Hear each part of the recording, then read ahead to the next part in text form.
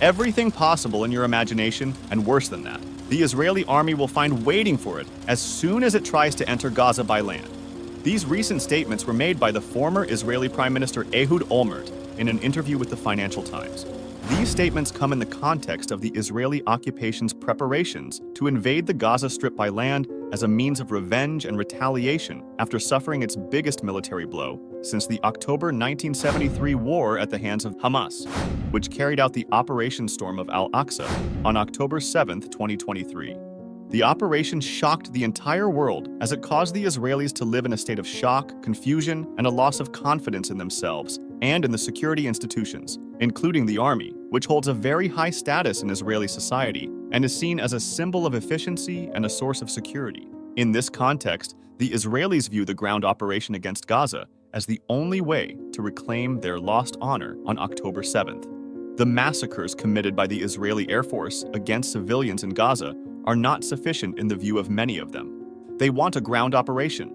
And this, of course, is not a surprise to anyone, including Hamas itself. They had expected even before executing their unprecedented operation that the Israelis would immediately consider entering Gaza by land, especially since they had attempted to do so before for much less significant reasons.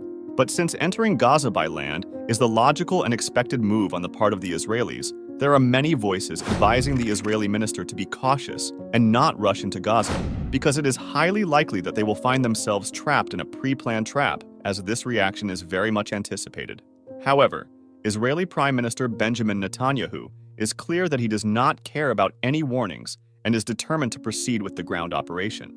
This determination is quite understandable, considering that he is very angry with Hamas, not only because of the human losses suffered by the Israelis at the hands of the Hamas, but also because its sweeping operations have likely ended his political future forever, regardless of the results of the ground operation against Gaza. In the context of their preparations for revenge, the Israeli government led by Netanyahu has called up about 360,000 reserve soldiers to join the 150,000 others who make up the core of the Israeli army. This is the largest Israeli reserve call-up since the end of the October 1973 war. Today, there are over 500,000 Israeli soldiers at Netanyahu's disposal in what he has described as a long and painful war. This war will certainly be painful, but will it be a long one? Most likely not. History tells us that Israel itself is short in wars. It does not know how to engage in protracted wars. Well, why do the Israelis prefer not to enter into a long or attrition war? And how can we explain the bombing and genocide of civilians in Palestine? This is what we'll get to know in this video. But before we delve in, don't forget to like and subscribe. Thanks. In 1948, the Arab states waged a war against Zionist militias in Palestine. During the war, the Zionists faced a significant problem in mobilizing their forces to reach full readiness. It took them months to achieve this, which was quite logical, considering that they were paramilitary groups, not a regular army. However, after the war ended, the Zionists were very keen to address the issue of slow mobilization.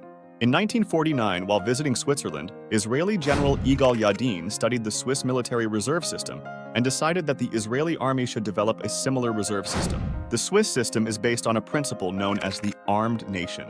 The basic idea of this principle is that the entire population, with certain exceptions, forms part of the army's strength. Within this framework, the army consists of two main components.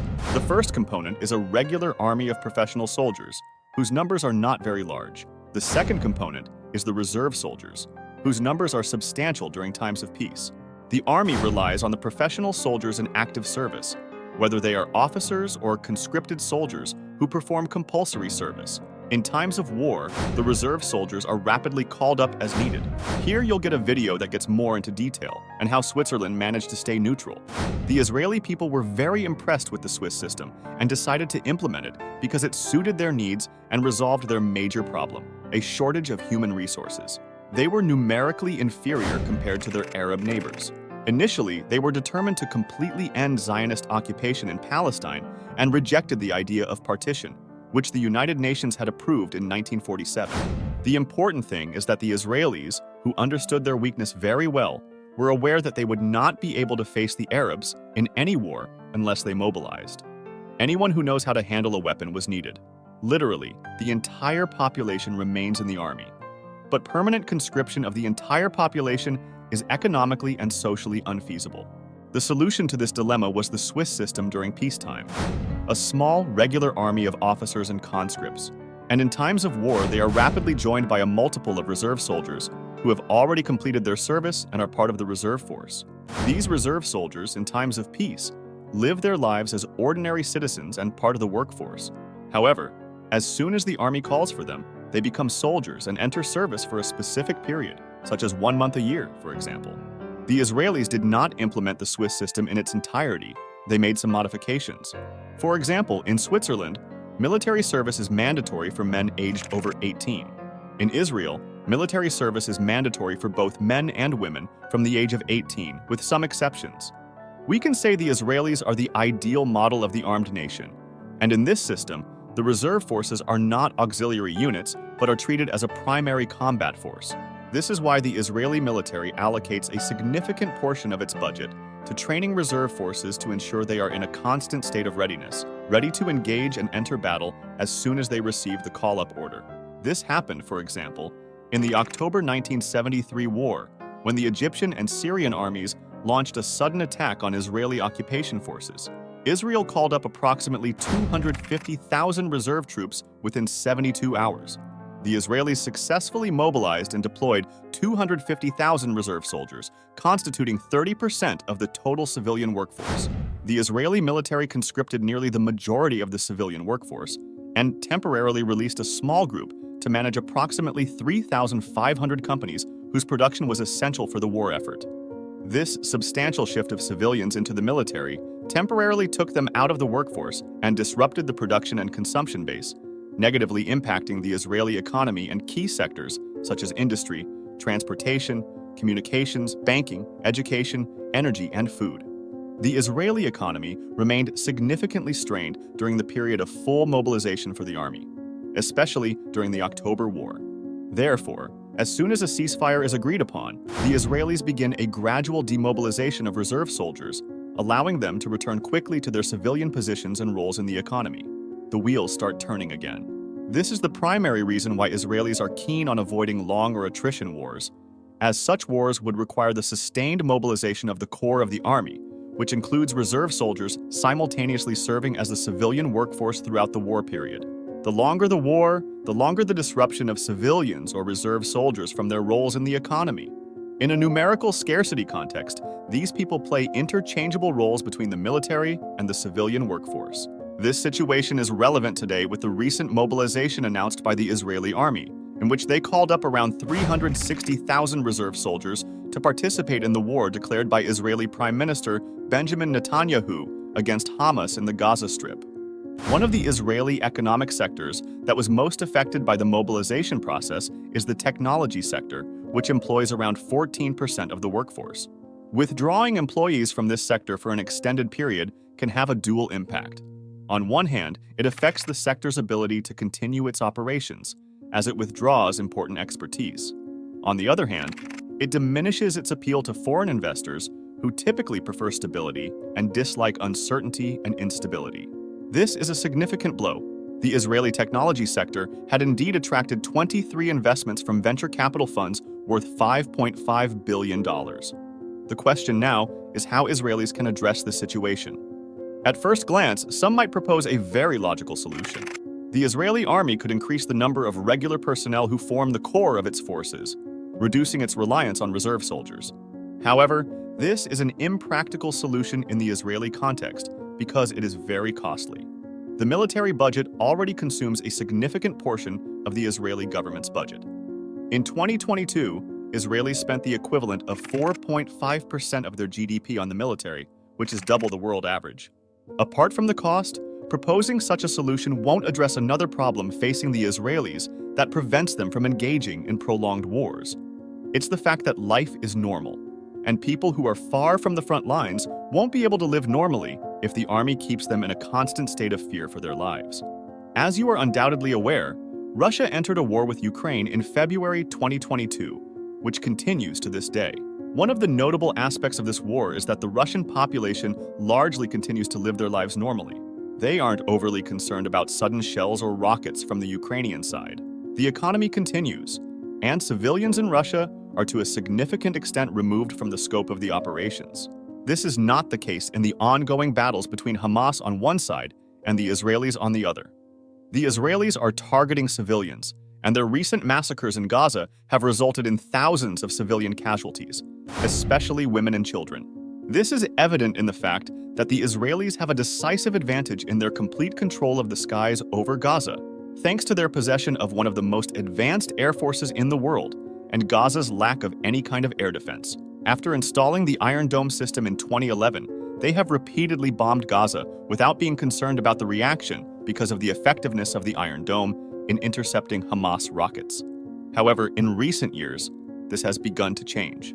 Hamas has learned how to bypass the Iron Dome, allowing its rockets to reach deep into Israeli territory and target important cities like the capital Tel Aviv.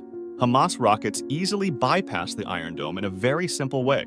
The Iron Dome is essentially a system of missile batteries. Israelis have at least 10 such batteries. Each battery contains between 60 to 80 missiles. The purpose of these missiles is to intercept any incoming rocket from Gaza as soon as it is detected by the radar, causing it to explode in the air and preventing it from reaching its target. The Iron Dome is highly effective in interception, but with the condition that the number of rockets fired at it at the same time is less than the number of missiles in the batteries. Here you will find the video of how members of Hamas passed Israeli borders without getting caught by any radar. You can also find it in the description. Let's continue. Hamas was keen on firing thousands of rockets at the Israelis simultaneously on October 7th, so that a large portion of the rockets overwhelms the Iron Dome, which is precisely what happened. The number of rockets exceeded the Iron Dome's interception capacity. What makes it feasible for Hamas to do this easily is the substantial cost difference between the two types of missiles. The rocket fired by Hamas at the Israelis costs close to $600. On the other hand, the Iron Dome missile, which is launched to intercept this $600 rocket, has a price that, according to some estimates, approaches around $60,000, which means it costs 100 times more.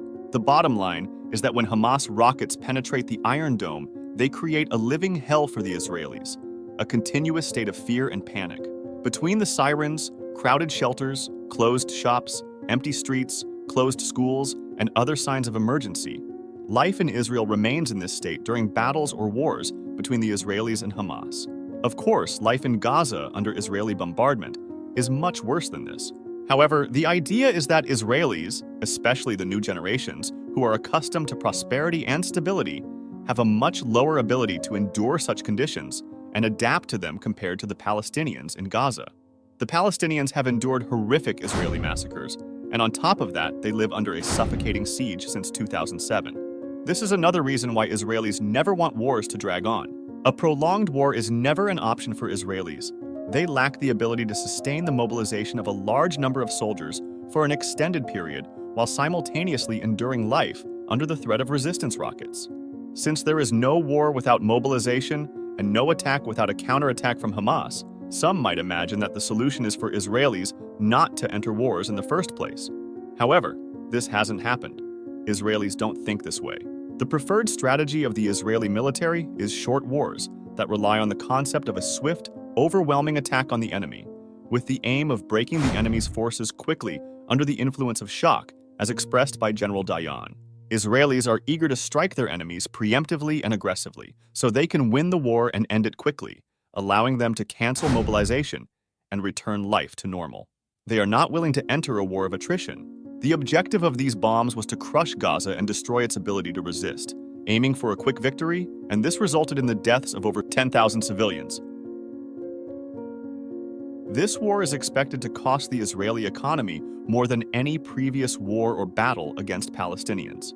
In light of these facts, it might be wise and prudent for the Israelis to reconsider the ground operation that their opponent has drawn them towards, especially since its stated goal, which is the elimination of Hamas, makes its timeline completely uncertain. But in my estimation, the likelihood of the Israelis backing down from the ground operation is weak for two reasons. First, the Israeli public opinion is strongly driven by the concept of revenge. Second, Netanyahu will never miss any opportunity to achieve any victory that he can present to the public. However, this is likely a desperate attempt that won't benefit him. Israelis will never forget that the resistance has struck them in such a humiliating manner during his tenure, as the Israeli army has already committed atrocities against Palestinians in the early days of the aggression. Unfortunately, these atrocities and their intensity are expected to increase in the coming days because the international community, led by the United States, firmly supports the Israelis and prevents any attempt to defend the civilian Palestinians, even verbally. I really hope they don't take down this video because I spent so much time on it, so share it if you want, like and subscribe, and thanks for watching.